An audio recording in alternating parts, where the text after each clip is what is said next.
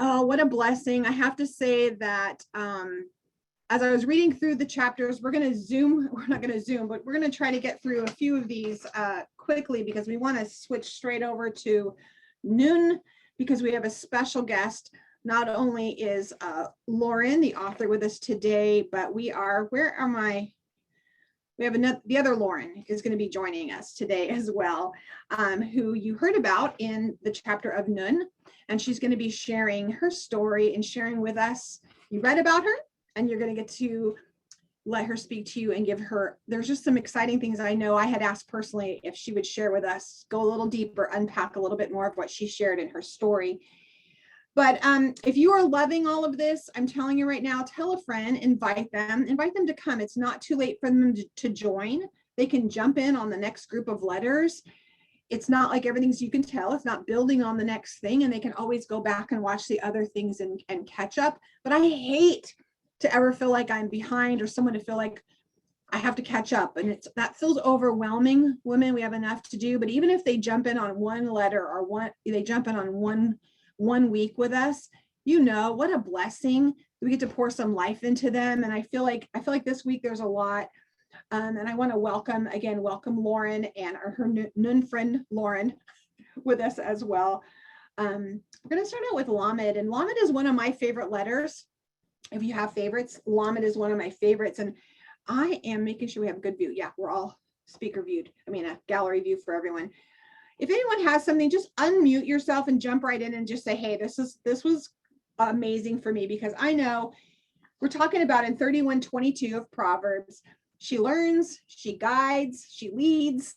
Lamed is amazing. And many of you who know, if you've studied the Aleph-Bet, if not, you're new, this is fun, that Lamed is in the center, right? And it's the tallest letter. It looks like in the center, so tall. And I love that. And this is addressed in this chapter, is that it's because everything really is about learning, and then everything is about teaching. So it's kind of the center of our life. And we see that in so many, the Psalms, David is talking about it constantly, right?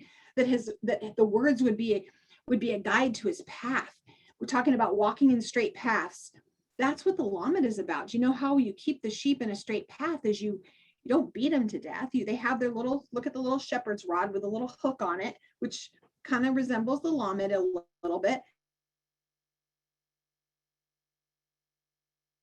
The high holy days, and we see that in Yom Kippur, this is a time when the sheep would have passed underneath the rod, right? And they get reviewed. So they're looking for spots and wrinkles. This is when they're looking for to see which, not that they weren't good enough, but they were, or if that's not a good word, I should say, they're going under the rod to see if they can be used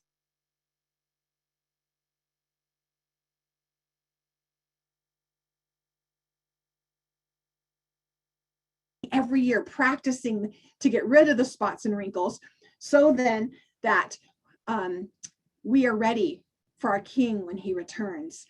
And he went under that rod, and he was found to be spotless and was used as a sacrificial lamb for us, right? That's just something that is exciting for me as we learn about learning. Why are we learning? Why are we growing? I personally set up every year a growth plan for myself and our family. Like, what is our growth to have a growth mindset? You're looking for what are ways you can grow, and the best ways to grow is through his word. And I'm sorry, I do not know how to turn off the alerts yet on the new laptop, so forgiveness in advance. I wrote a note down here about winters. Anything right off the bat? Someone have something like this blew me away. I have to share any comments on Lamed. Look around Sabrina's group. Anyone over there? I don't want to miss you. Anything on Lamed?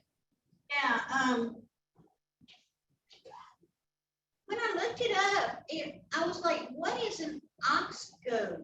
So I looked it up and I thought, oh my gosh, that looks like a pencil. Because some of them don't have the hook on it, or the hook will be, attached to the pointy end. And I thought, and then when you compare it to teaching, it's like you use a pencil a lot when you're teaching. So I thought, oh wow, I've been having trouble remembering the letters, and all I have to do is remember that, this is the ox goad, and it looks like a pencil. So it's about teaching.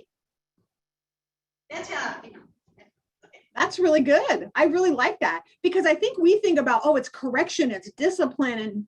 we've kind of grown up under a King James version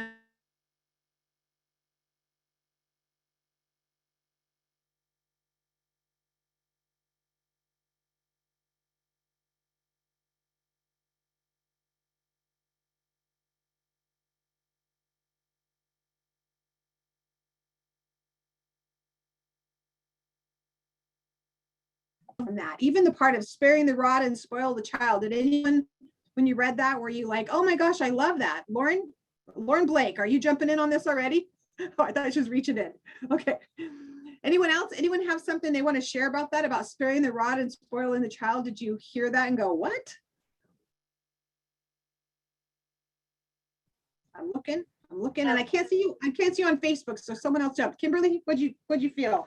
Well, I was excited about reading that because in this season, I have a teenager and 2 elementary school kids. And I feel like the Lord has been telling me to come alongside them and instruct them with grace and kindness, and which is totally different than I was raised, totally different than I was taught to raise my children. But so I felt like that he's been speaking that to me, so to read this, to look into it a little bit more, to realize that he is gentle and kind with his instruction. Sometimes discipline, well, is uncomfortable, but it doesn't have to be violent. And I think that that's amazing. No, and I actually read this whole chapter out loud just before we, about an hour ago. I read it out loud to my husband actually, because I really enjoyed the fact that it was like, we didn't see Jesus, we didn't see Yeshua running around beating people. Like we didn't see that happen. He wasn't beating people to get them to follow him, right? He was encouraging them and instructing them. And then like, well, you didn't get this parable, so let me tell it to you this way. Maybe you'll get it. Well, you didn't get it that way, so let me change the parable. Maybe you'll get it this way. And we see him guiding and directing. There are a few of you, if you're not, I can look on here. I actually can see a couple maybe on Zoom, but if you're in Facebook, for sure, I call it my Lamed time. So every day for about an hour, I will go into, I like to call them I like to call them the Torah terrorist groups, but the other groups on Facebook. And I will spend about an hour and I call it my Lamed time. So, and this reinforced that for me because it's my way of trying to bring gentle, loving guidance to someone. So if I've seen you, if you're here because I reached out to you or I posted on another group saying, oh, hi, I saw you posted. That was brave of you. I would love to have you wave your hand or type, please, if you're in the chat. That was me. You contacted me because I spend time going in trying to love on women who are in these other groups that I notice they're getting beat up on. So I go in with my little shepherd hook and I'm going to like help pull them out from being beat up on. So if I've seen you that maybe you've been in one of those groups, I just want to love on someone, but gently guiding you away from danger, because we know if you've been in any of those groups before, there's some of them, if you enjoy a good debate, it's a really great place to go. Just a little bit. What? Oh, we got done. I love going into those groups because I just love loving on you for anyone who's in there. Now, some of you like to be in there because you do get some learning. They do teach things, but sometimes it can feel a little contrite. It can feel a little bit like you're being attacked, especially if you're new. So please help me and bring your Lamed with you when you go in and love on some of the young women or young in their faith women or young in their walk in Torah, and help bring them to a place where they know that there are people who would love them, and that the rod of correction doesn't mean that they have to be beaten.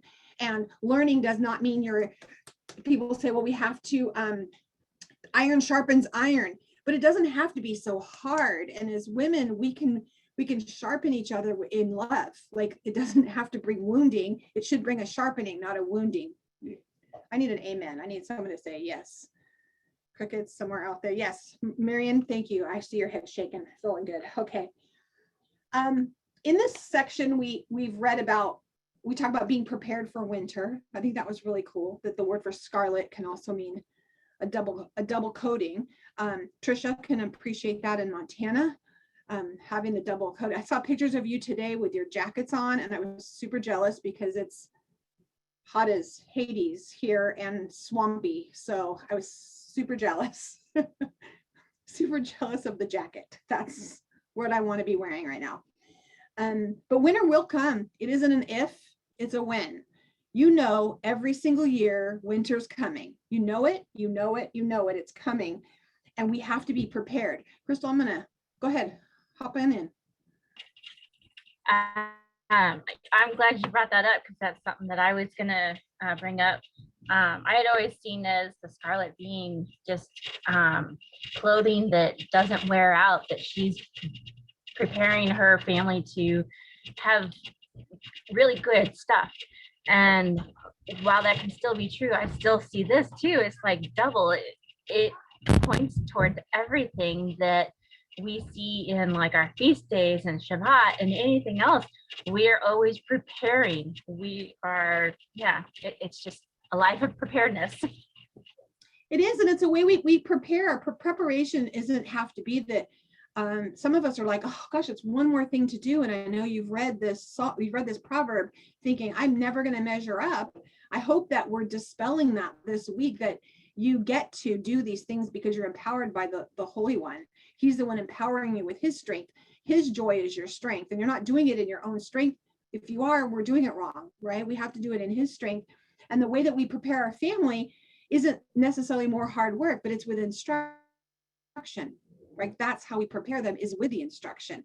We prepare our children by saying, don't touch hot things because you're going to get burned. A lot of times they'll touch anyways, and sometimes we can't grab them fast enough. Even though we try to dive and get them, they're still going to burn their hands. We have young adult children who sometimes, even though they know they've been prepared differently, they still are going to go try things on their own.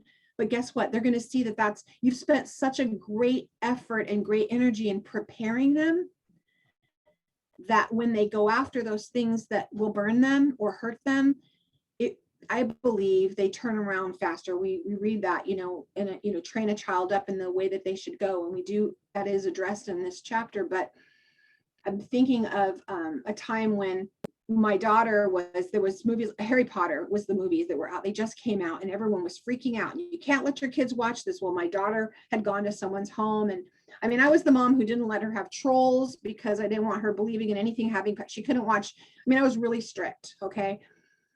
And I had a pastor share with me, he's like, if you just spend this, instead of the energy of spending all the things she can't do, instruct her in the things of the Lord, instruct her of the things that are life-giving, instruct her of the things that will bring life to her. So when she sees or she's exposed to things that bring death into her life, she's going to recognize them right away. And she's going to know that doesn't align. Spend the time doing that. It doesn't mean you don't warn them and say, these things are not good, but don't spend so much energy that you are actually, it almost causes them to go towards that, right? I don't know if anyone else has had this experience. So what I did is I stopped, and that's exactly what happened. She'd come home and be like, Mom, that was stupid. I was watching this thing, and people should know God's the only one who can do this. But because I stopped, instead of being so fanatical, crazy, going after what was wrong. Same goes when we're sharing Torah to our friends, or we're sharing the Lord with them. When we're telling them all the things they shouldn't be doing, or you shouldn't be eating this, and you shouldn't be worshiping on this day. We didn't see Yeshua do that when he went to the woman at the well. He didn't say you shouldn't be, because we know Samaritans completely worshiped a different place. They did different things differently, and he didn't point out to her, you're doing all these things wrong. He was just like, yeah, you've been married a few times, sis. I do know this about you. But instead he instructed her. He instructed her about living water. He instructed her about where she could go to find life. So if we accentuate the positive, right, then we are putting energy into that. And that's what you do with a Lamed. You're not beating them towards the cliff. A shepherd will take the Lamed and guide them back to where the place where it's safe. Anything else? Anyone else want on that?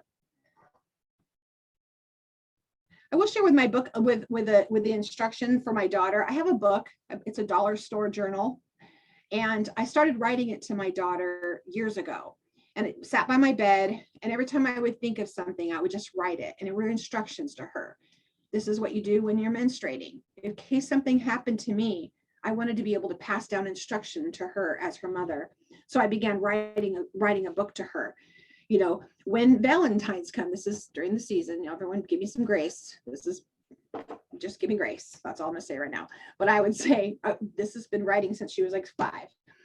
I said, when Valentine's comes, or when it's your anniversary and it comes, and if you don't have any money, here's some ideas to do some things. Here's ways to make your husband feel loved and respected. Here's verbiage that you can use that will boost his confidence, which in turn then will bring he doesn't want to necessarily hear how loved he is as much as he wants to hear how respected he is. Side note for young mothers or married women, use the R word as many times as you can with your husband. Just anytime you can think of to use the word respect, try it. You watch their face change. We were packing up to leave, as example, and we were leaving from Holisa and Alan's house, the Alwine's house, and we were packing things up to go, and we're about ready to go out. And Alan was standing out there to see us off, and my husband was getting things fixed. And I said in front of another man, Randy, I just really respect your excellence and the way that you put things together to make sure that our journey is safe. I really respect that. And he's like, he boosts all up. And Alan was like, wow, that he says audibly, wow, that's so cool. Because men love the R word. They love the respect word. So anytime you can fit it in, I promise you, just as I want you to try it tonight. Just find something. I respect how hard you work for that check when you get on payday. That's a big one. Find something, sisters, find something to tell them that you respect about them, and you watch them just walk in this confidence, and they just get like, we love it when we're told how much we're loved, right? They love to hear that. So writing that book out for my daughter was a way of writing out instructions to her to guide her into things about being a godly woman. As I got better with the book, I started to write things that were a little more in line with that, more aligned with who I wanted her to be as a Proverbs woman. And now I was thinking about that when I wrote this down today. I was like, I need to get that book out again because there's some empty pages. And now, because of this book, and thank you again, Lauren, because of this book, I'm going to be able to give my daughter some new instructions about how to be a mother that doesn't have to, who actually encourages her children in their gifts.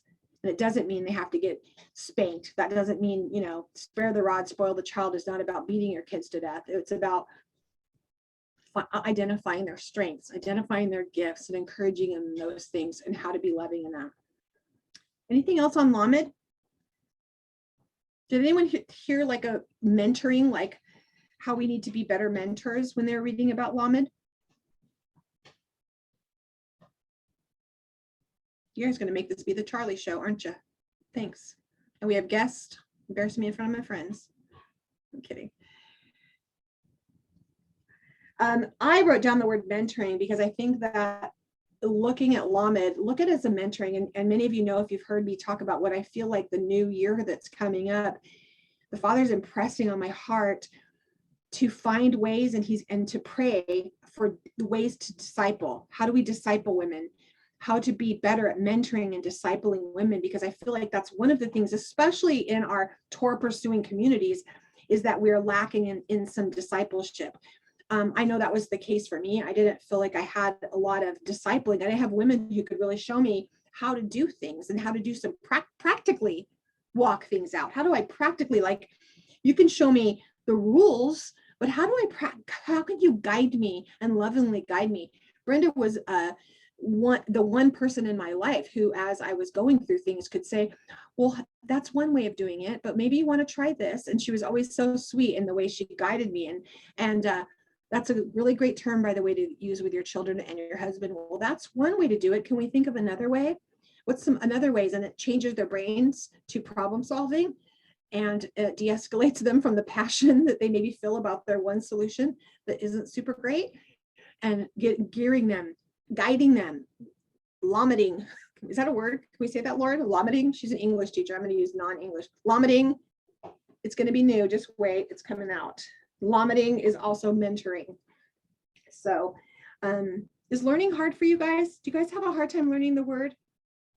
Do you read it and do you feel like it's Charlie Brown's mom blah, blah, blah, blah, blah, when you're trying to read it and you're going through it? And or do you show up like on Fridays, maybe you're really new, or maybe you're even, if you're in your Sunday church, or you're going to church and you're like, how did they get that? Lauren, when you wrote that, I was like, I remember thinking that all the time, like, how did they get that? Yes, Miss Lauren, go.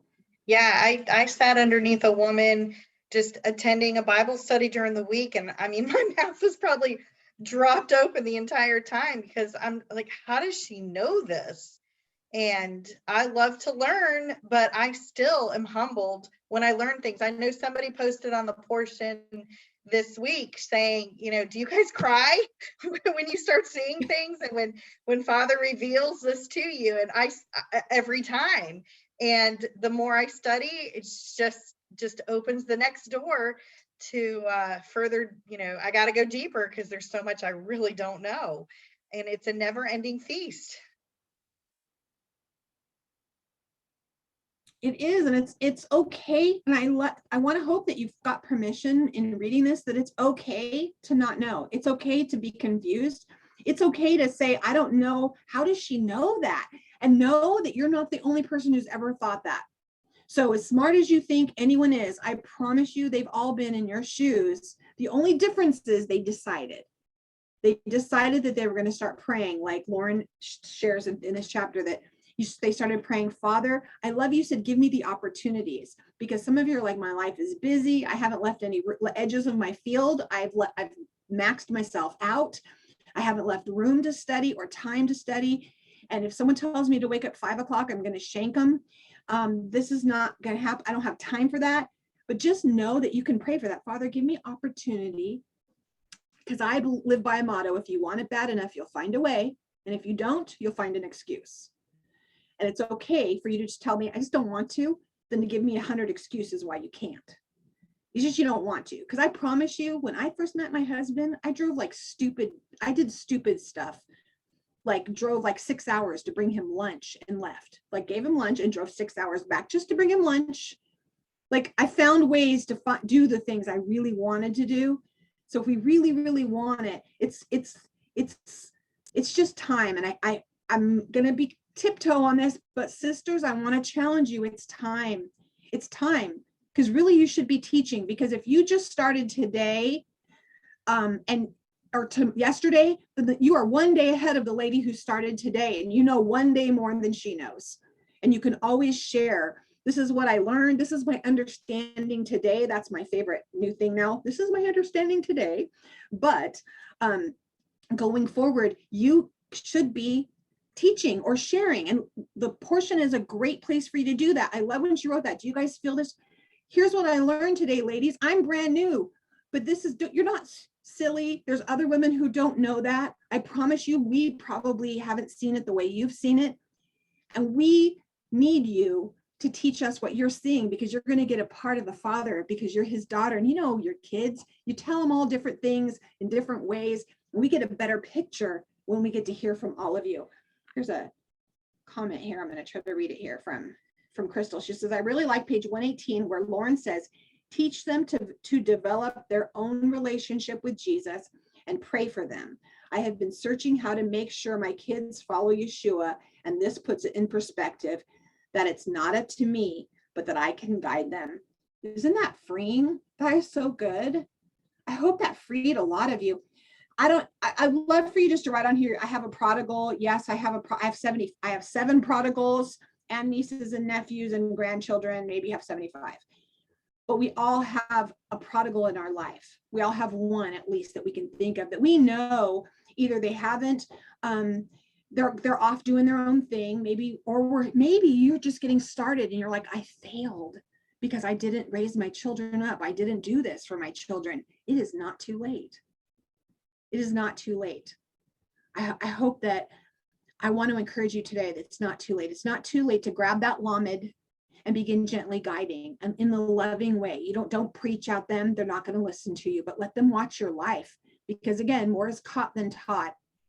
Let them watch your life. Let them watch your consistency. What a beautiful way to teach and mentor and guide and Lamed your children, is by letting them watch your life and your consistency as you walk things out. The other really good way is to tell them, I messed up. I wish I had done this. This is what I'm finding is truth and is bringing freedom to my life. And please forgive me because I wish I would have been able to do this for you. And your children getting to watch you walk through conflict. What a great way to train your children, to disciple them and mentor them. Because if they just think it's always perfect, then they're going to never feel like they can measure up. That's truth with anything. Anyone have learning ADD? Because I would like read the Bible or pray. Let me just be completely honest. And I'd be reading and I'd just be like, even Psalms, something I think I knew. And I'm reading and I'm like, oh, for the music director, let God arise, let his enemies be scattered. Scattered. Oh, batter. I need some batter. Oh, we're going to do that thing. Oh, yeah, I have that one. And I'm gone. I am gone down a trail, maybe 5. And that's praying. That was reading the word. So that was something I had to pray about. I had to say, Father, I need focus. You created my mind. So I don't think I need a drug to help to focus here, maybe some matcha tea, but I just need help me to focus. Give me tools, show me how to do it. And he did. That worked for me. Lauren is a teacher. Many of you on here are homeschoolers. You know, each child learns differently. And you find that thing that works for them and you plug into that. And that's what he does for you because he's the great teacher. And he knows exactly what you need to learn the way you need to learn, not the way that Charlie needs to learn, Lord help you, but the way you need to learn, because it's all going to look different. Has anyone else want to share an experience they might have had with learning the word that they prayed and all of a sudden now they can understand it better, or a tool? I'm doing my thing where I'm trying to look at everybody. Trisha, do you have one? You're a homeschooler. You're like all the things. I don't know. I can't think of anything in particular, but both of my kids definitely have different learning styles, and we have had to even use completely different curriculums for each of them because what works for one doesn't work for another. So we definitely have to pray for wisdom when we're training our kids, or even for our own learning styles, because we can be totally different from our kids and our teaching style compared to their learning styles. So yes, absolutely. Janie, did you have something to share? Well, I was going to say that's how I ended up with this group. Is I kept praying. I said, I can't understand the word. I need others around me who can help me understand it. And all of a sudden, it was like this popped up in my feed somewhere or on somebody's page, and I'm like, thank you, God. Oh, I love that. Thank you. That's one of the things we like to tell people about hearing. Yes, Miss Marion, good for you. Jump in. I homeschooled my 4 children, and my youngest is very dyslexic. And my husband is very dyslexic. But I read a book called The Gift of Dyslexia, and I did not realize, but dyslexia is not the same in every person. And I was really glad that I read that book because I taught my youngest son I homeschooled him from completely, the other kids learned how to read from public school through 2nd grade, but he is dyslexic. And so he can't see the words on the page like the other kids. And so that was a real challenge. And I'm glad that I did. That's really good. That's really good. I'm sure there's a lot of you who might have children who have different learning abilities and you've had to accommodate them in some way. That's the same with us. I have a different learning ability. People be like, oh my gosh, how do you get so much done? Because I have ADD. I have symptoms of ADD, whatever, ADHD. I'm like squirrel. But I know I have tools. He's given me tools I channel it and I work when I'm not distracted. I can zoom in and go. And then I know how to delegate it when I'm bored with it and give it to someone else who's good at it.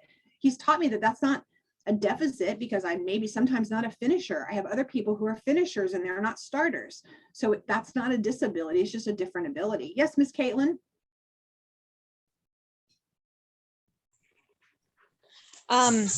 So my son, there are certain things like my husband and I kind of occasionally get worried that like he might have a speech delay or, you know, not say the amount of things we want him to. And like, I'm trying to get him to use utensils to eat. And then like, he knows that if I just feed him, then that's the way he'll eat. But like, he knows how to eat with his fingers. And a moment ago, I was giggling because my husband said that he had taken the plate of his dinner and he just like threw it onto the floor. So I'm like, oh boy, I'm like, is it all over the floor? But it was all stationary in his plate. He took the fork and I'm like, is he doing something dangerous with it? And my husband goes, come over here.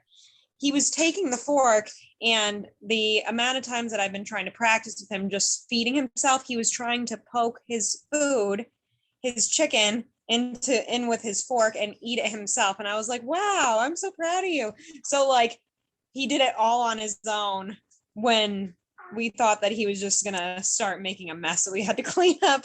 So, you know, it's just those small things right now that we're managing, but every child learns differently. For my son, it's sometimes that he watches us and it's not until we're just watching him do it on his own that he'll do something spontaneously. So What a great observation. And what a great, same with us, right? I mean, yeah, there's a lot of stuff I would just, letting my daughter, just let them do it on their own. And yeah, they're going to make a mess. We make a mess. Look at our father. He lets us do a lot of stuff on our own, and look at the messes we make. And sometimes we think part of that Lamed, part of that time is him, he allows us to go just enough. And he's like, get back over here and, get back this way. But he lets us go so that we learn how bumpy that path is and where we don't want to be, right? We learn the thing or we don't. Good. This is a good, this is again, my favorites. I'm really hard, but I'm going to move on because we have to get through it. We can come back next week. And if you have more stuff on Lamed, we'll come back to it. But for the next one, I'm going to finish with Lamed. I want to thank Lauren. Thank you for sharing your mom's story in this, because it was a beautiful story. And when you shared this story, what I loved is that you're like, you didn't remember having tea parties. You didn't remember all those or cookies or any of those baking. But what you remembered was seeing her studying the word. What an amazing thing to remember. And we think as moms, we're doing so much wrong.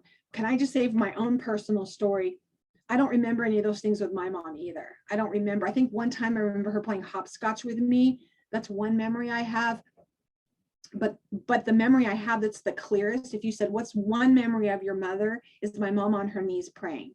And I would play with her toes to try to get her attention and stuff cotton balls between her toes. And I could hear her calling out the family members' names before the Father and praying for them and surrounding and cloaking our family in prayer. And that's my greatest memory of my mother. The other stuff I can learn anywhere. Sisters, we can Google that, right? We can Google those other things, but are your children, are your grandchildren, are the people in your sphere of influence? Again, it's that consistency. What are they going to remember? I would so much rather hear my daughter and granddaughter say that they remembered me praying. They remembered that I was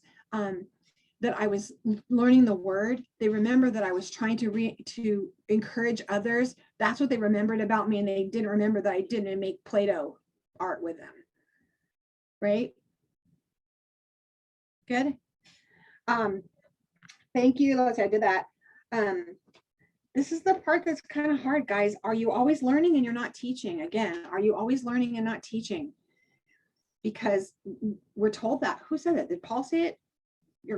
No, Timothy, you're always learning and denying. There was the man who's always learning and denying the power. I feel like that can be us sometimes. We're always learning and we're too afraid to teach. Well, I don't know enough. It's been 20 years. It's been 5 years. It's been 2 years. And I'll see someone like Jen Doobie, and she's not on here, and maybe she'll hear this later. Jen Doobie is like a year into Torah, but she'd studied the word before. She's been a teacher of the word, a chaplain of the word. So she did have that background. She does have that understanding, but only because she decided, like I said, you have to make a decision. Like, I'm going to step forward. Maybe it's that you're teaching kids, your grandkids. Maybe it's that you're just teaching yourself out loud to the mirror, or you're writing posts on this is what I learned today.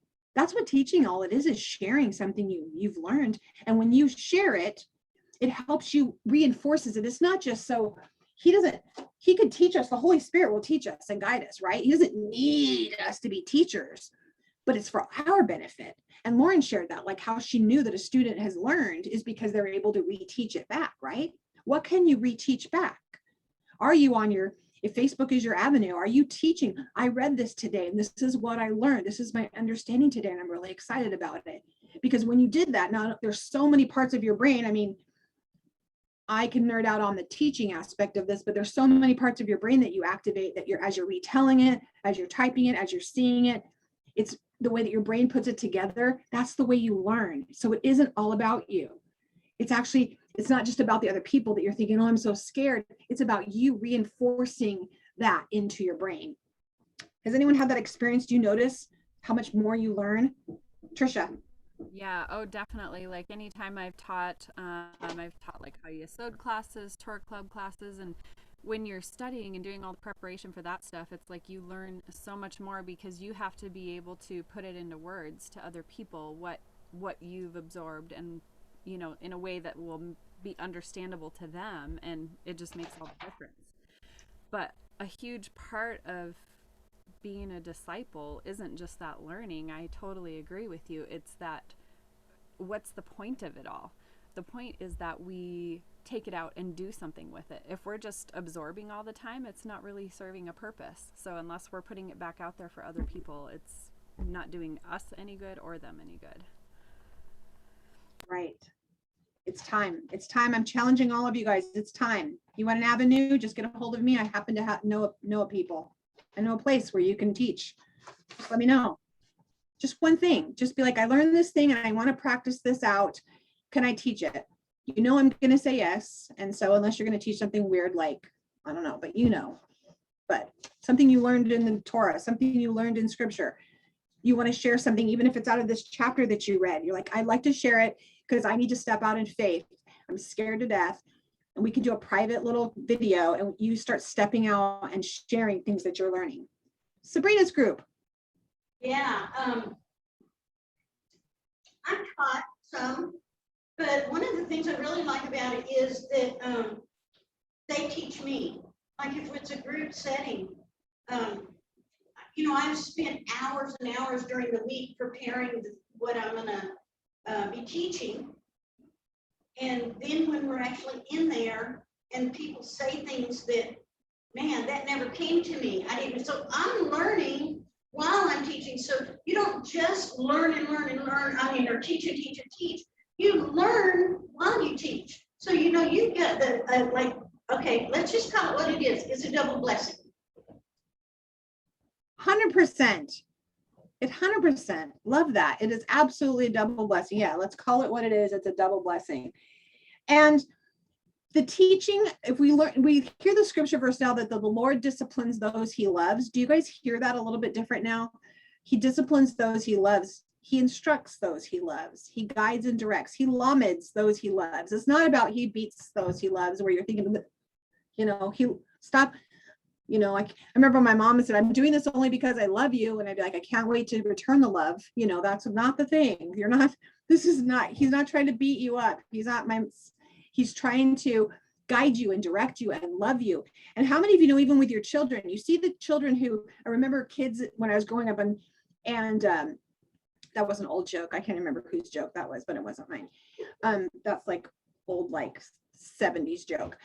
I remember that being mad because other kids didn't have a curfew or other kids got to do it or so-and-so gets to do this. Is not fair. I need to do this. And my mom would be like, because their parents don't, she said this, because their parents don't care. And I'm doing this because I love you. You have to learn this discipline. You have to learn this thing. And the truth was their parents were really busy or their parents were addicts and they didn't care. Their parents were focused on other things other than their children and maybe shouldn't have been parents. If we're all honest, when you're a really good parent, it takes a lot of energy to instruct. And I mean, when I was in trouble, and when I think about when you punish your children, if your kids are on restriction, like you're on restriction, not just them, you're on restriction too. And I was smart enough to figure that out. You might be surprised, a little smart aleck. So my mom would put me on restriction, and then I would follow her around the house like this close to her. So what are we going to do today? I'm home all day with you. What do you want to do? You want to go here? What are you doing? Now what are you doing? I mean, I would drive her nuts, like standing behind her, because I knew eventually she'd just yell and tell me to get out of the house. I drove her crazy because I knew if I'm on restriction, she's on restriction, because she can't go anywhere because I can't go anywhere. So yeah, pray your children don't do that, because that was not good. I'm sorry, Mom. Yeah. Our crazy stories, right? When we were kids. Are we ready? We can move on. My last thing I want to share before we move on is a prayer from Linda, from Lauren's mom. And I'm going to post this. I am going to probably make some kind of printable. I need to know your mom's last name to make sure I give her full credit. I will put this up in my office. Is the quote, it's on page 119. And it hit me hard, guys. She says, I tend to see the flaws before I see the divine. Ow. It hit me hard. I tend to see the flaws before I see, thank you, Wilson, I see the divine. And I can just say that it hit me hard. I don't know if anyone else remembers reading that. Go back, highlight it. Just highlight it, because you need, isn't it the truth?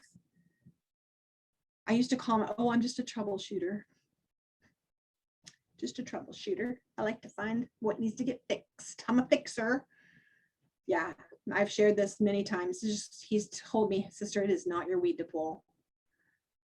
You need to back away. And I just see the flaws before I see the divine. And my prayer is that he would change me this year, that my eyes would see the divine before I don't even see the flaws.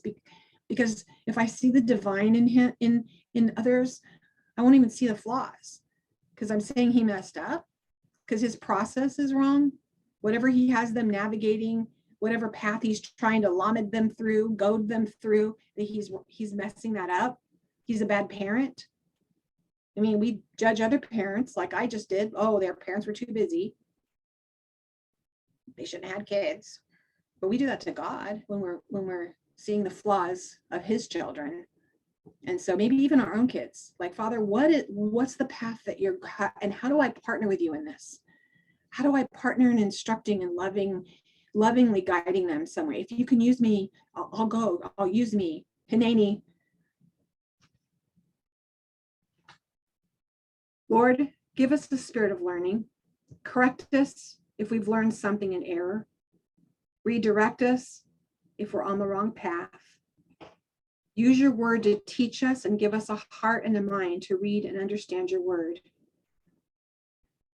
We ask for wisdom, Lord, as we teach those under our influence, and help us to see, Father, you and not the flaws. Amen. Lamed. Check. Next letter. We're almost done. Quick. We're going to go through Mem quick. Like 10 minutes. So if you have something to say, Mem, speak now or forever hold your peace. We'll come back to Mem next week.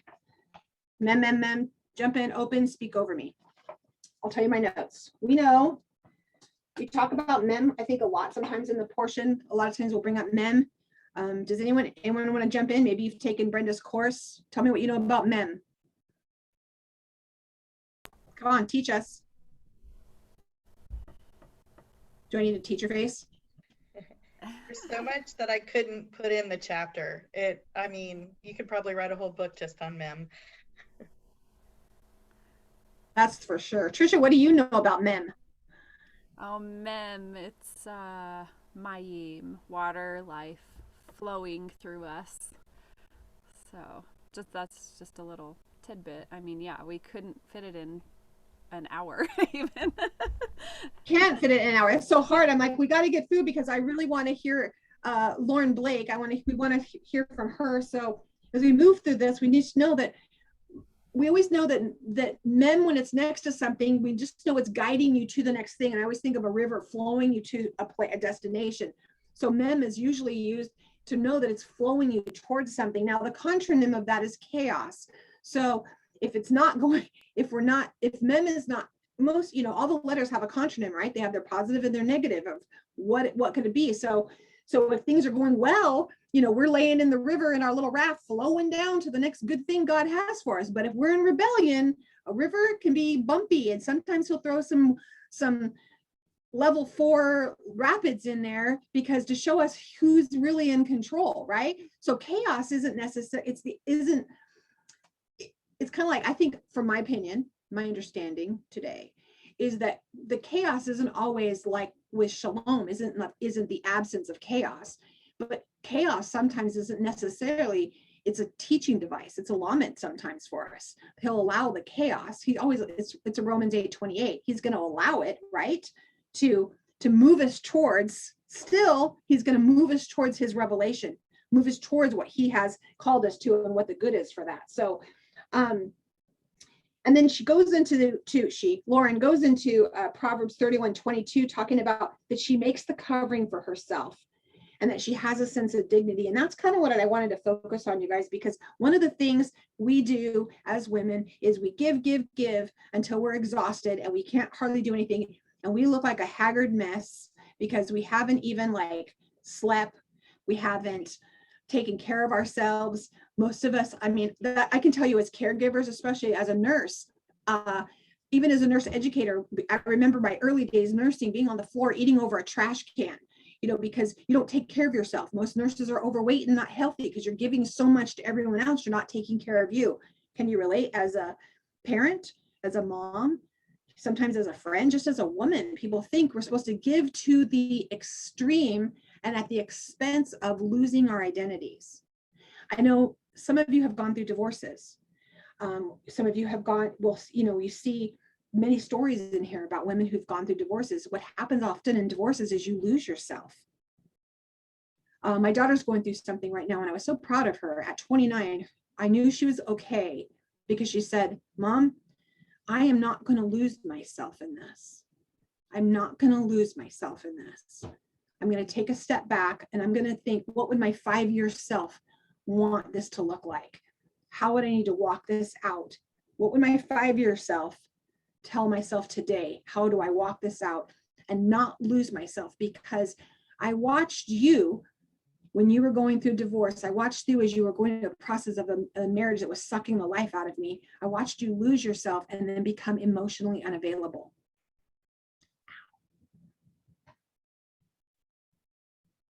When we think we're doing all these things to help, we end up hurting people around us because we're emotionally not available and we're ministering out of the empty cup.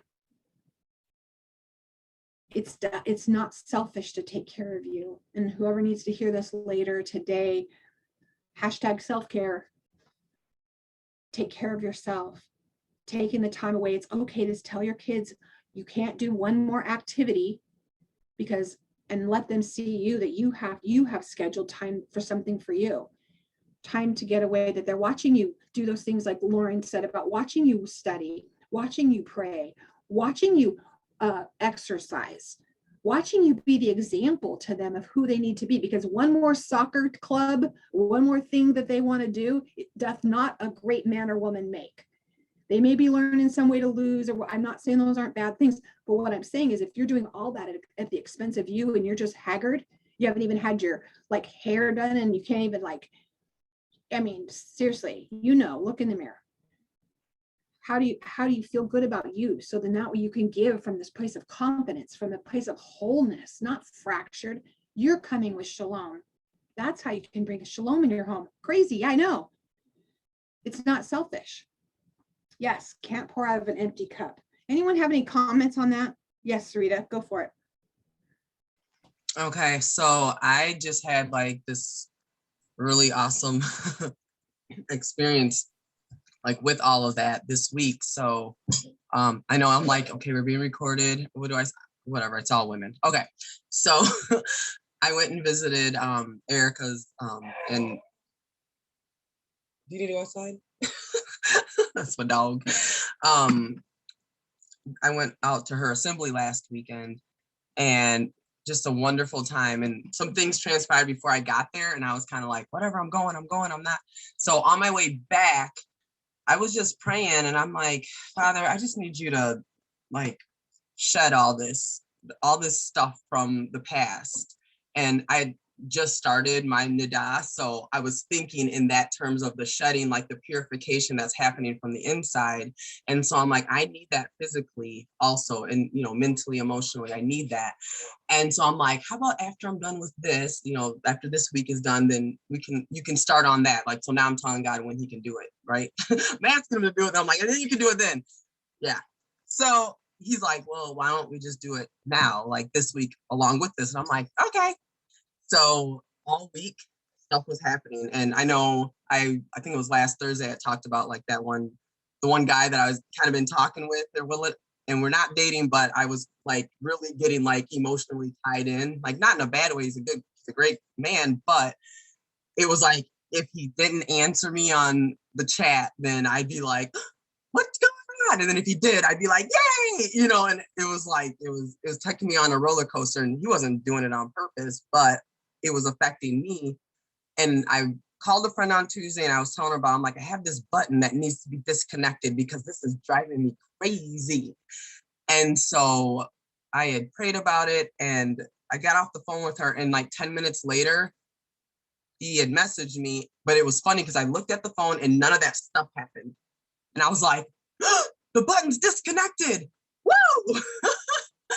And so it was like all that kept happening all week. And then on Wednesday, I found out that we're going to be doing like a prayer meeting together with our group. I know it's too much to tell right now, but that was one of those things where it was like, but because that button got disconnected, it was like, when I found that out, it was like, there wasn't all this extra stuff. It was like, all right, focus. Let's, what does Yah want us to do? How does he want this run? It was like, not all business, but it was like, I was excited, but it's like, all right, we're not being flippant about this. And he's very serious about it too. So it's awesome. And then Thursday, when you guys did the talk on the portion Thursday night, oh my gosh, like I was sitting there bawling my eyes out, because everything you were saying about just keep doing what you're supposed to be doing and wait on the Lord, and he's going to bring whoever into that, space. And so I was like, oh my gosh. And then Friday, it was like the Sinai experience where the Father told Moses, tell the people to wash and get ready, and not because I'm going to speak with them. And, he spoke to them, and they were like, okay, Moses, he can talk to you and then you can talk to us. And it was like, that's how I was for a long time, where I would go up for prayer and the lady would be like, well, God, he wants to talk to you. And I'd be like, okay, but there was so much like shame and like, oh, well, he doesn't want to talk to me because I'm not worthy for him to talk to me. And Mary Catherine had talked to me about some stuff on Simi's thing. So I'm not gonna even say that long story short thing. I just said it. It was almost like he was like, all right, we've done all this shedding. Now it's time to mikvah. So I got in the bathtub. He's like, wash your hair, shave. And so I did all that, and I did a mask and everything. And then, the water's all dirty, and I let the water out, and I rinsed off. And then he said, okay, now run another bath. And it was like the clean water. And then he said, okay, get back in there. And I got back in, and then it was like, all of a sudden he just like started talking to me. And it was like the next day, like later that day, like it was like Saturday and then Sunday. It was like, all of a sudden it was like his love. I was receiving it, because I was finally like, oh, I can have this. I don't have to earn it. And it was just one of those things where I was like, oh my gosh, it's almost too good to be true. Like, can we really be this happy or this joyful and just in love and be this loved, and it's okay, like, is this okay? It was crazy. And I'm like, ah! And it's like, yeah, I love it. things are going to be hard, but at the end of the day, it's still like, no, it's great. And, everything that's going on with my dad right now, it's like, I have that, there's a sadness there, but his joy is still there, and I'm still receiving his love. And as long as I stay open to that, it's like that that whole, because that was the chapter that they talked about the mikvah. And so I was just like, yes, I need to do that. And like the whole self-care. And that started with me in April, like where I literally took a bath every day for like 30 days because I was not taking care of myself. And so every day he was like, take a bath every day. And it was like that 3 weeks in, or I heard him speak to me like for the first time, like where I knew for sure it was him. And it wasn't just like, is that me? So it's like, there's something with that self-care where you start taking care of yourself and you make that time, like you will hear him. And there's like that freedom, things start to fall off. And like, I couldn't even work out because I had so much stuff in my head. And like, now I'm working out every day and I'm feeling stronger. So it's just like, it's awesome. I'm so excited. And yeah, I got to share with some of the ladies in my other group. And like you were saying, like making sure you're sharing like with the Lamed, share it, because the more you share, it's like the more solidified it becomes.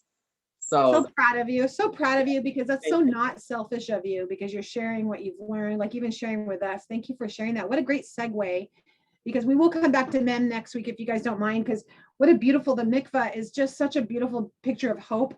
And I was talking to Sombra, she wasn't able to be with us tonight. They're getting ready for something, but she even said it before I had went back, and I hadn't read Mem. I don't know how I skipped it. It was like the pages weren't stuck together, and I went back earlier today, read it after I had talked with her. And she was talking about the picture of hope in a mikvah, and the men and the kaf and the hay. And we were just talking about what a beautiful picture of hope it is forgetting the past, having a clean break, looking to the future, walking out towards him, because the dwelling on the past anchors to him. But when we are rebirth, and we really don't get a great teaching on this if we're just being taught about baptism. And a lot of times we're taught you just do it once, or maybe if you change to a Baptist church, like I remember one time when I was in my 20s, we started going to a Baptist church and they made me get baptized again because they said my baptism wasn't good there. I had to redo it again. And so I was like, oh, okay. And then my husband, when my husband got baptized, I got baptized with him. And I realized I can do it anytime I want. I can have my own bath, my own shower, and how personal it is and beautiful it is. Ladies, this is a beautiful way for you. Mikvah is such a beautiful thing. And we will do some more teaching on just mikvah, I promise, because it is such a beautiful resurrection, picture of resurrection. And that's what the waters get to do. They get to lead us to new life and resurrection. And Sarita, you said that you didn't feel worth it. You didn't feel like you could deserve all that. And what a beautiful segue to our next letter. And I just kind of want to hand it off. Lauren, would you want to introduce your guest? This is my friend Lauren Blake, and I didn't know her when I initially started writing the book, and I was praying for people to share with me their testimony and their lives, and I was introduced. We have a mutual friend, and I love Lauren Blake. She is an incredible prayer warrior. If I could just sit at her feet and pray with her daily, it would be the best thing in my life. She is a wise woman. She has had a difficult story to tell, but I think that she is an encouragement. Thank you, Lauren. Thanks for coming and hanging out with us. This is like book club on steroids, that we actually get to not just have the author with us, but also Lauren, as you're in this chapter, that you get to tell us about the Nun. I mean, you get to tell us your story in this. And do you mind just kind of sharing, because I know that you're a Torah believer, or Torah pursuing believer. Can you tell us a little bit about how your journey in that? Sure.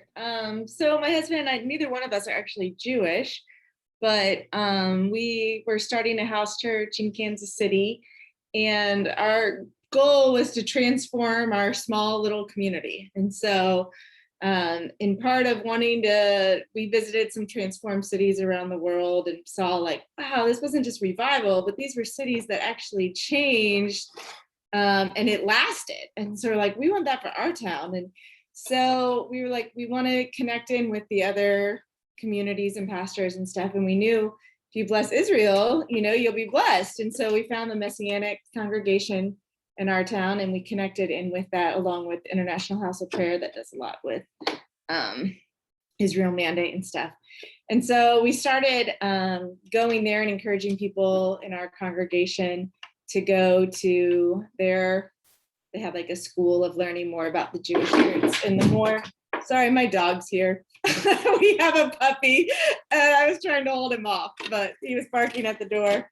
We're So- totally child and dog animal friendly. So. So if you hear some random noise in the background, that would be Bubba. But yeah, so that is kind of how it initially started, us going there and just realizing the richness and seeing, for me, the Lord speaks to me a lot through him as my bridegroom. And it was like, wow, I'm like learning this entire part of who he is, heritage and his family, and being grafted in, and just even the, the bridal imagery of the Jewish customs and how it, even with mikveh, and him giving of the Holy Spirit, just like the bridegroom Yeshua would give, the Jewish person would give their brides a gift until they would come to return to take them to their father's house. And so Yeshua is giving us a gift, the Holy Spirit, saying, I'm coming back for you once my Father has prepared a place for you. So just the whole imagery, and obviously the feasts and festivals. So we were like, well, now what do we do? We're like a bunch of Christians, house church, and have seen the richness of Messianic and Jewish roots, but we're not Jewish. And we realized the importance of being underneath Jewish leadership and being connected. So we connected with an organization called Tikkun International, and they have congregations in Israel and the US.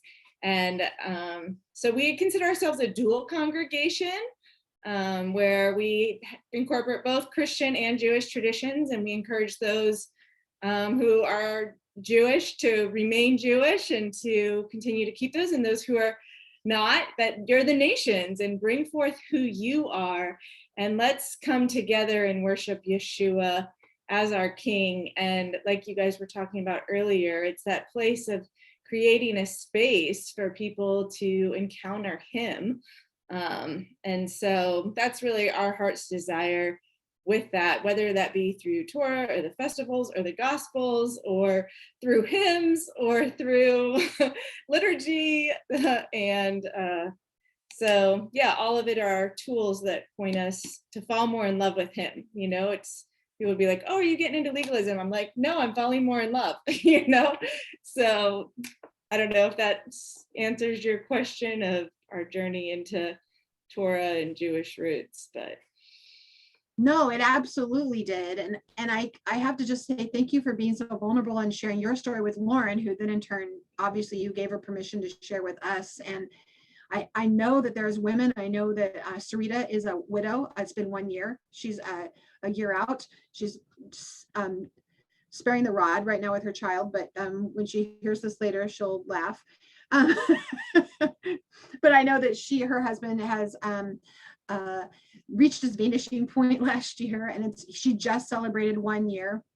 And so, Sarita, I'm talking about you, if you can hear me the whole time. I said, you're sparing the rod with your child right now. But yeah, so she's 1 year out. And I know that reading this chapter about the way that you walk through as a widow, I'm sure blessed her. And I know other women that are in here that are widows or are going through things like, I know Brenda is here. She's a caregiver for her husband. And we talk about the anticipatory grief because her husband has dementia, and he is struggling with Parkinson's. And so when his struggle, she watches her husband slowly vanishing, and it's an anticipatory grief. So there's still a hope for a lot of women in here as you shared your story. But something that hit me, and I know that I had asked ahead of time for you to kind of share with us. I know that the Song of Solomon is one of your passions. That's what Lauren shared with us. But that I'm going to read what you wrote, but you had shared that you reached the transition. It says that you reached the transition. It wasn't about he is mine, but you transitioned to I am his. Can you unpack that for us a little bit? Sure. I think there's points in all of our lives where we get to that point where you realize it's not about you, and for some of us, it takes a huge tragedy like losing the person that you love or walking through grief, to realize, you know what, I'm not in control, and what are you going to do at that point? And how do you surrender to the Lord? And so I remember saying to the Lord at that point, I want you, not my idea of you.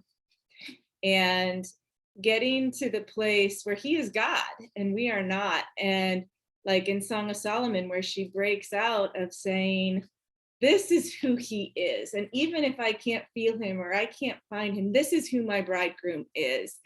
And it turns from what do I need? Yes, we all need to know who we are in the Lord, and we need to feel his love.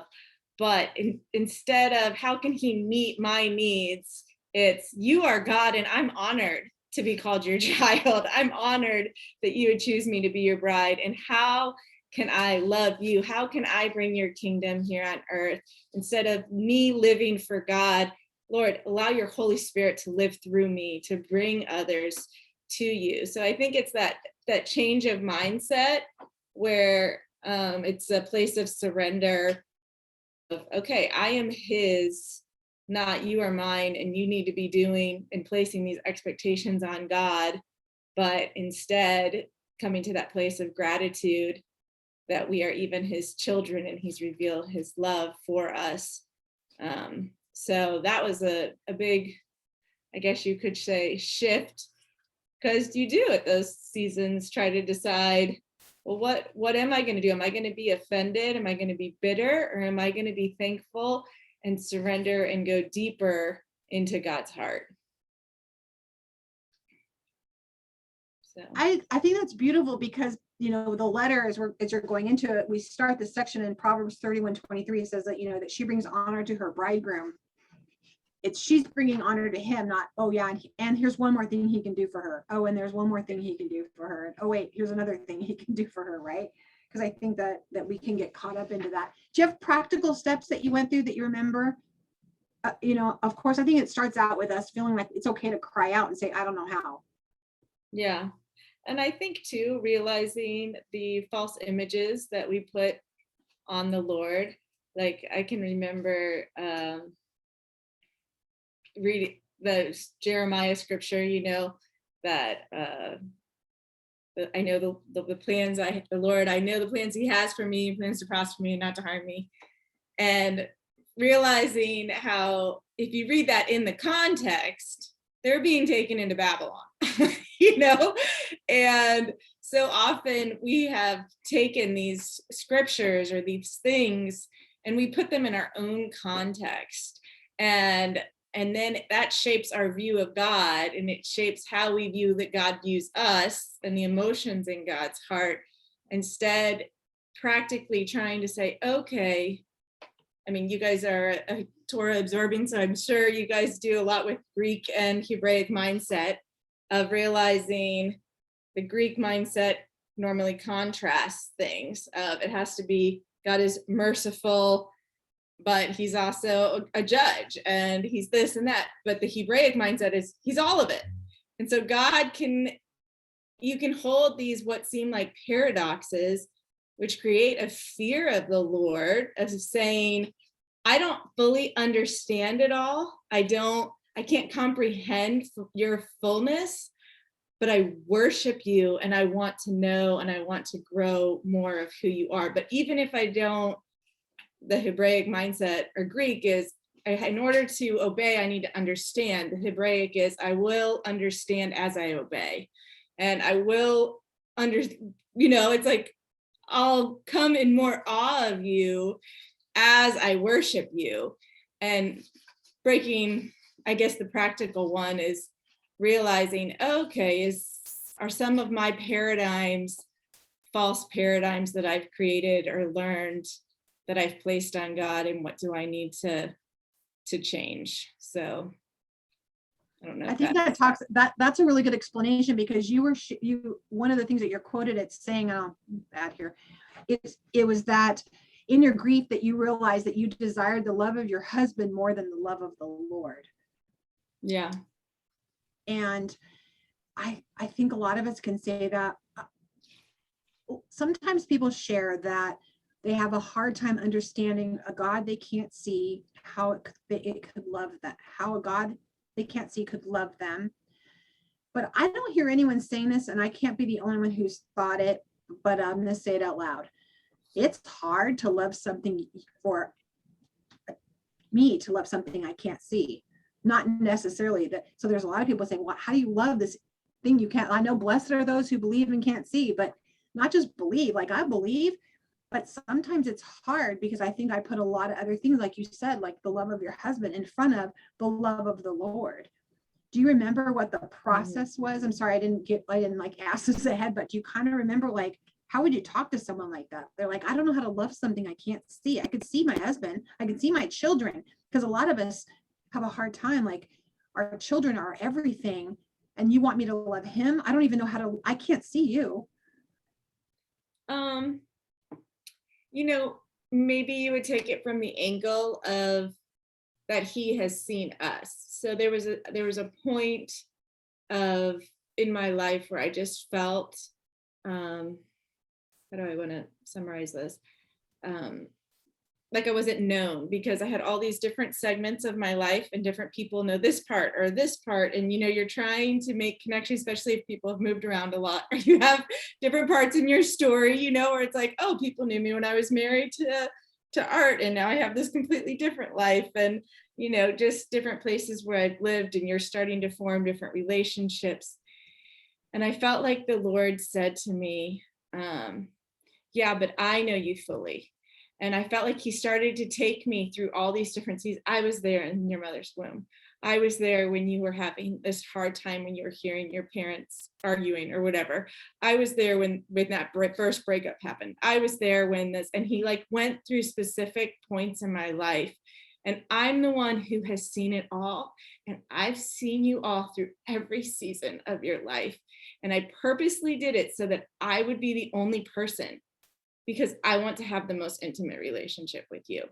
And so don't look for that in somebody else. And so maybe take it from a little bit of a different angle of helping someone. Maybe you might not fully see it with your natural eyes, but when you can see that the Lord, parts where the Lord has been with you, or you've encountered the Lord in different seasons of your life, and you see that he's that constant person that knows you and has walked through everything, there's something that shifts and changes in your heart that connects you at a closer level with God than anybody else, or at least it did for me.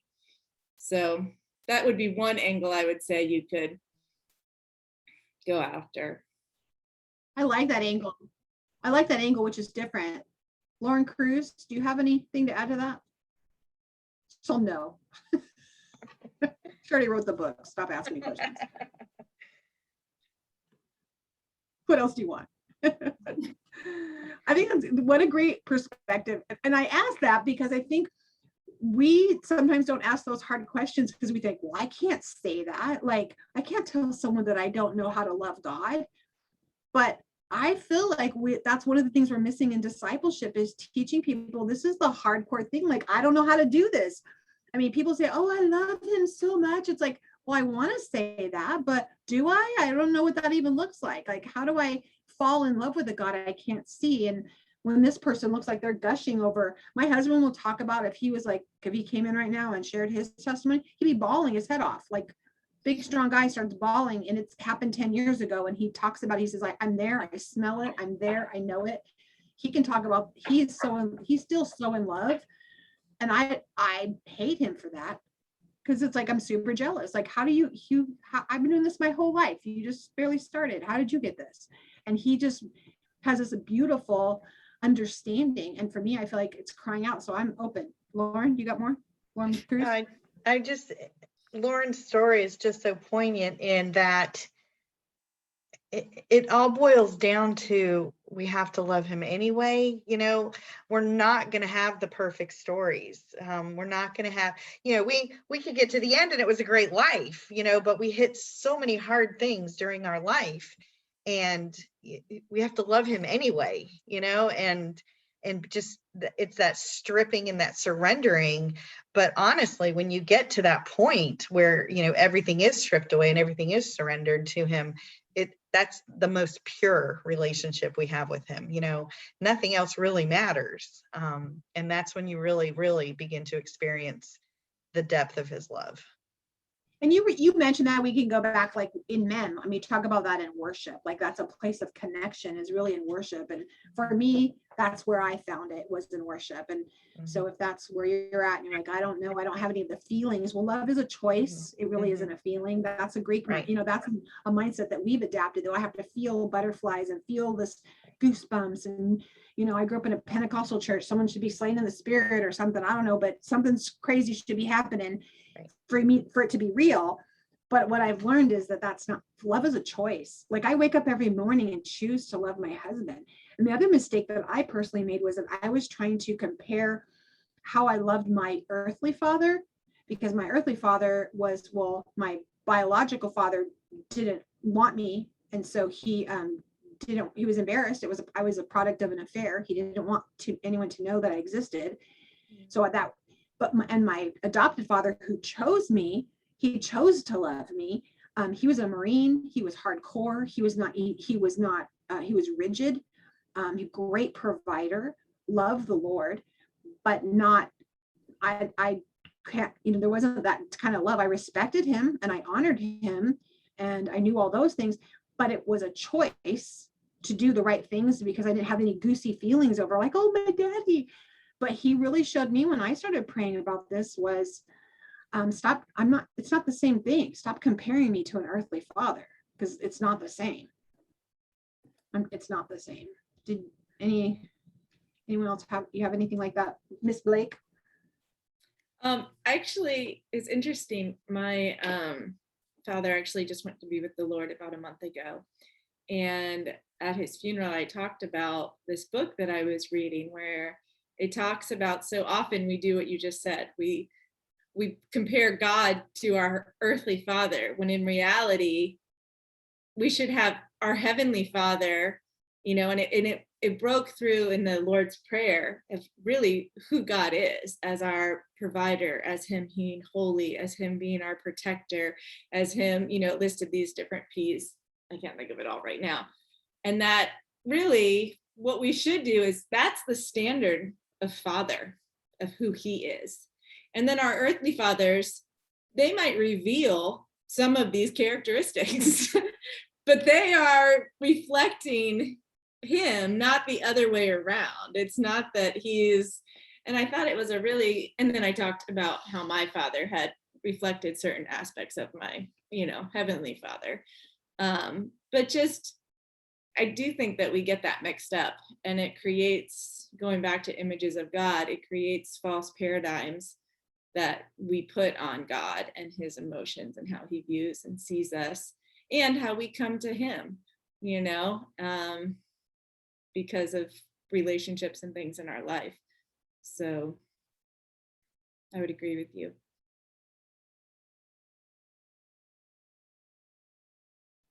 I was typing, asking for questions. Also remembering that God is both mother and father. He's all things. So the things we see, you know, comparing, it's just apples and oranges, you know, pretty much it's not the same. Also in part of my in my personal healing process, I was able to learn that with a counselor who was a believer, and in the midst of trauma or in a place where it was really bad, she asked me to sit in it for a minute and ask God, where were you in this moment? Where were you? And it was like I could feel him there. Like I could feel him next to me in that moment. I could feel him in the moments that I remembered, whether I was a little girl hiding in the bottom of a car, like tucked in, hurt. He was there. When, you know, this was happening, he was right there. And it was like spending some time sitting in it brought so much healing to know that he was in that moment. But I didn't know how to do that without someone else guiding me through that or telling me I could do that. And I could ask the questions. Why is that crazy? Maybe because I grew up in a seen and not heard home. And my dad wasn't a chatter. Like he hardly spoke. And so I didn't ask him questions. So I wasn't able, I wasn't really allowed to, because I couldn't question him. That was disrespect. So feeling like I could ask the questions. And I loved when I read was that you cried out to God and you asked the questions. Yeah. Yeah. Yeah. As And you were going. you know, trust is built on being vulnerable and honest and authentic. And then feeling like the person that fully knows you loves you and is still excited to be with you, and you don't have to be somebody you're not. And so he knows it all anyways. And so Absolutely. I think it's, in some ways, it's more for ourselves than it is even for him, of just being able to be honest, but to come with a posture of like kind of you were talking about, like our husbands, having them, seeing them with respect, coming still in a posture of respect, but at the same time, you know, there's also a place with your husbands where they're the people that you can break down and cry with, you know, and so that you would hope that they would think the best of you. And obviously the Lord knows us better than anybody, and he's going to know, especially in those moments where we're pouring out our hearts and crying, kind of like your kid. It's like if your kid is crying out, you're going to have a different level of grace when you see, okay, they're crying out of hurt and pain versus in a defiant sort of way. And sometimes you just need and that he's there and he is listening. And then it's amazing to me if we, you know, it's like the Psalms, David will start out pouring out his heart, and then slowly his perspective starts to change. As you can tell, he hears from the Lord. And a lot of times in my journaling, practically, I'll do my Bible study, and then I'll just be still for a while, and I'll ask the Lord, what do you want to say to me? You know, what do you want to tell me? Is there something you want to say? And sometimes it will be directly related to the scriptures I just read, and he'll phrase it in a way that it's very personal and intimate. But sometimes it's completely off topic of the scriptures. And I'll give a small example, since I shared with you about my dad going to be with the Lord. It was my birthday the other day, and I had done my quiet time, and to hear my kids upstairs getting ready to come down, I was like, Lord, is there anything you want to tell me before the kids come down, you know, and start? And I just felt like the Lord started singing happy birthday to me. And it really caught me off guard, because that's what my dad would do. He'd be the first one to call every morning and sing happy birthday to me. And I just heard the Lord, like my Heavenly Father, just singing happy birthday to me. And it's things like that where he's just, you might not see him, but like you're saying, you might feel him, or you might hear his voice, or you might read something in scripture, or it could be through somebody else. But he's so alive, and he's so infinite and so intimate. And I think sometimes it's taking that space to just be quiet before him and in the stillness, and seeing what he would have to say to us for that moment and for that day. So, and it doesn't have to be in your quiet time either. You can talk to him all throughout the day. I do it all the time. All the time, right? Yeah, isn't that fun? Like, you realize it doesn't have to be, oh, the music has to be a certain decibel, all this thing has to be. Sometimes you need that for you, because he can talk to you anytime. You know, for me, it's sometimes in crazy times he talks to me, and, you know, in the shower. A lot of times when I'm outside, like gardening or hiking or doing something, and I'm not, or making a bed, a lot of times doing housework, it's because maybe, and I'm not necessarily praying, it's just all of a sudden I'll feel him speaking to me to do something. I think that that's a great way to leave. First of all, I forget to keep saying that I'm so sorry for your loss. And thank you for sharing some tidbits about your dad. So thank you for that. I really appreciate that. The letter Nun, it's interesting that it is the picture of a fish and life, and it's on the first page. Lauren tells us that it depends on, it can either be leaning forward or bending back, and that the Jewish scholars equate this form of the Sophites as we approach to serve God. We're either bent over in fear and reverence, or another approach, we're standing up straight. And I think that has to do with, I remember how I was going to come to my dad, whether I'd crashed the car, how crashed the car or meddled in, I got a medal in track. How was I going to approach him was depending on, and always remember when you have a sofit, that's the ultimate of that letter, nun sofit. We think about life and about a fish. We think about, we can go all into the days of creation and when the fish, when they were created and what they were mimicking, they were mimicking the what was in earth, as in it was on earth. It was kind of like the waters were reflecting what were in the heavens, the fish and the birds. All our creation gospel girls in here, super great stuff in that. But I think that we remember that the nun sofit is the picture of Messiah. It is always when there's a sofit, it's the ultimate of that, and it's the picture of Messiah as he's walking in to bring us life, as he's walking out to show us. He was HaTorah. He was the Torah become flesh, the word become flesh to walk it out and show us how he loved his Father. How did he do it? Because he only did what his Father said do. You watched him get away to pray, self-care. He got away and he had to get away from the people so that he could do that. And we saw him walk through that whole thing. Make sure there's nothing else I highlighted for you. There's just so much great stuff. There was one thing I wanted to say. It was about your identity. And there was a verse you wrote. There was something that you said about your identity. Oh man, guys, if you can find it before me, open up and holler and say it. Oh, here it is. It's on page 134, about halfway down. She quotes you, "My identity and everything comfortable were stripped and replaced with his deep intimacy." And I think that was another just really beautiful. In my personal experience, I've had those moments when it was so bad or something was so traumatic for me in my understanding that it stripped everything away. My identity got stripped away because I was putting so much value in my identity, my name, my last name, my whatever. My identity is stripped away and there's nothing left but this moment where you get the opportunity to be intimate. Do you have anything on that you want to share? Yeah, I would say that's probably where the book of Song of Solomon has helped me the most, because it really is her journey of walking with the Lord. Like Lauren was sharing, there's going to be those times of highs and you're feeling the Lord's presence and everything else. And then there's the dark night of the soul. And then there's the time where you're feeling overworked by the church or by the community that you're in. And then there's the times where you're being like the Lamed, where you're teaching and proclaiming and discipling others, and it's life-giving. And then you walk through the hard times. But so I think the different seasons of life and the different journeys, because I know Hind's Feet on High Places was even written after Song of Solomon. So I would say learning your identity in the Lord through those different seasons of life.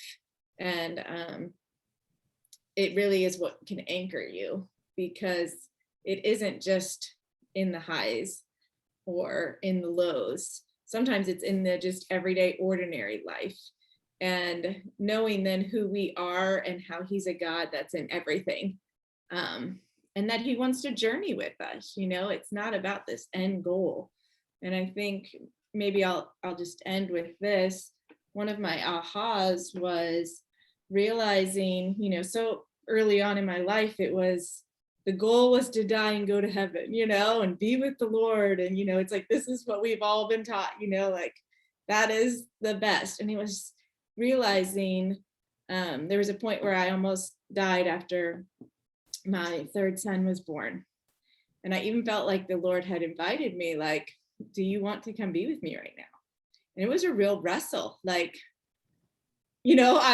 I do want to be with you, and I have people I love in heaven, but I have people I love here. Like, I just gave birth to my son.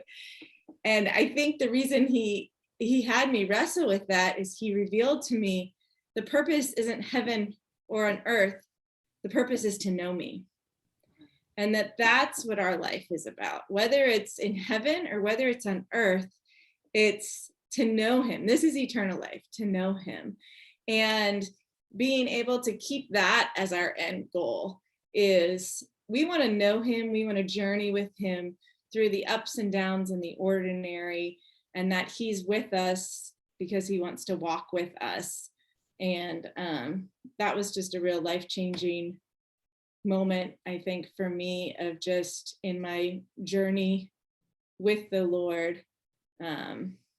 That's helped me to kind of stay humble and surrender and dig in deep into his heart. So Thank you. Thank you. That was a great, I'm seeing Ephesians, the Ephesians prayer, that they would have full revelation knowledge of who they are in Yeshua, right? Isn't that, I mean, ultimately, do you know who you are and whose you are? yeah, Because exactly. I think when you know that, that's all that matters. And that seems simple, but then we start looking at his word as that love letter that we're trying to decipher. And we actually then want to and get to look into it and study it. We want to and get to share it and teach it and bring instruction to our families, our children, our friends. We get to do that instead of have to, because we understand that love and that intimacy. Yeah. I have a couple questions here. Kim asks, she says, I feel like I need to start over reading with the idea that each allegorical letter is spelling out the Torah's transformation energy rather than about me as a woman at any particular stage. Is that the case? Lauren Cruz. A little bit of both, honestly. I think there's so many layers to God's word. You know, on the one hand, it is a woman, you know, an allegory of a woman's life, going a little bit deeper in its, how we as women emulate the relationship with Christ, because, you know, it all points to him. And then I have even in the creation gospel, read a little comment, how it's a commentary of the Holy Spirit in our life. And I agree with that. Yes, it is. It's also a commentary of the book of Ruth. Yes, it is. I mean, there's just so much to it. And, you know, it depends on where the stage of your life is and how you're going to accept that. Oh my gosh, isn't that great? Don't you love that we serve a God that's not one-dimensional? There's so many dimensions, and when he gives us the words, it's for exactly when we need it. So when I read the letter, it's where I'm at and what I need. And then when you read it, it's going to be where you're at and what you need. Because we all get to be a little part or a fraction of him, and he's so dimensional. So the answer is yes. That's the question. Yes. The answer is yes. Yeah, yes. To all the things. So is there any final questions anyone want to unmute real quick and ask before we let it go? Sarita, go for it. Lauren, Blake, I was just wondering, you had mentioned in there about how when your second husband came, you had that struggle with, like, is this fair to my first husband, as far as, like, I guess the timing of, is that what you were referring to, like the timing of when that relationship came? Because I'm a widow also. My husband died just over a year ago. And so that's why I'm asking, because I know I literally just had that thought with a group of friends, because they were posting about like two men that had gotten married. One was a widow and then one had been divorced, and they were like, oh, it's just so great. And I was like, I don't know. I don't know if it was just me or just like society, like, how long are you really supposed to mourn? Like how, you know, if you get married too soon, does it look bad? Like, oh, they didn't really love him. But if you wait longer, then it's like, oh, you need to go ahead and get married now. When, you know, that kind of thing. So just kind of wondering what the process was on that. Because I'm ready to get remarried. I had to deal with myself. Like, yeah, you really want to get remarried. You like being single, but you want to be married. So just get real. I mean, I think everybody has their opinion. I'll put it that way. And everybody's opinion is different. And so part of it, and the other part of it is a lot of times people aren't even really thinking about you, you know? And so you think they're thinking about you more than they are. And so it's really your life. But the other part I would say is, somebody had said to me, when I was trying to decide, you know, I don't know if I want to do this, or, you know, is this too fast? And they said, I'm not saying you should wait or can't wait, but they said sometimes it can be almost a high compliment to your first husband that you would want to get remarried, because it shows that you enjoyed marriage, you valued marriage, it was something that was beautiful, and because of that you would want to experience it again. And so in no way does it diminish your first marriage. If anything, that was something that would encourage you. And I was like, you know what, that's really true and really beautiful. It's because I enjoyed my marriage so much that I would want to get married again. And as far as the timing, I felt like, because I was still wearing my husband's ring. I still was referring to him as my husband, not my late husband. And then here the Lord brings this amazing guy into my life, and I'm trying to decide, well, what do I do? And the Lord said, so are you not going to receive this gift because it's not in your timing? And so that was a big question I had to wrestle with, was, okay, is it another thing of not, I am my beloved, he is mine, I am his, but surrendering to his ways and his timing, not that he needs to do things on my timing and my schedule. So that flip, like you were talking about earlier, Charlie. And so, yeah, and it is a process.